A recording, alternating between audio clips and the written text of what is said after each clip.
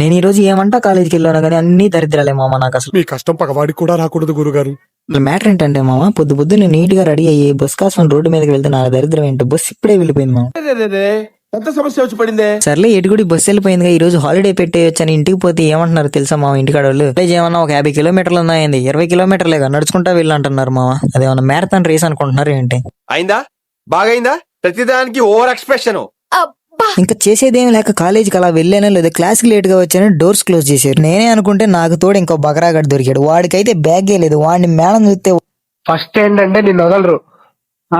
Second ఏంటంటే కొత్త మొదలు పెడతారు. ఎముకలన్నీ ఇరిగిపోతాయి. మూడోది నేను నీకు చెప్పలేను, ఏమైనా జరగచ్చు. ఏదైతే అదైందని చిన్నగా డోర్ తీసి లోపలికి వెళ్దాం అనుకుంటే మా మేడం చూడండి ఎలా వచ్చిందా. Buffaloes. What running to catch China? Will be here one. ఎలాగోలా అక్కడ నుండి తప్పించుకున్నానో లేదో మళ్ళీ సెమినార్ హాల్ కి తీసుకెళ్లారు. ఇక్కడ మా వాడు చూడండి ఏం చేస్తున్నాడు అసలు. ఏం చేస్తున్నారా? Ethical hacking. ఇవే తగ్గించుకుంటే మంచిది. మీలో ఎవరైనా కాలేజీకి వెళ్ళేటప్పుడు ఇలాంటి ప్రాబ్లమ్స్ ఫేస్ చేశారా? ఫేస్ చేస్తే కింద కామెంట్ చేయండి. వెళ్లే ముందు ఫాలో అండ్ సబ్స్క్రైబ్ మర్చిపోకండి.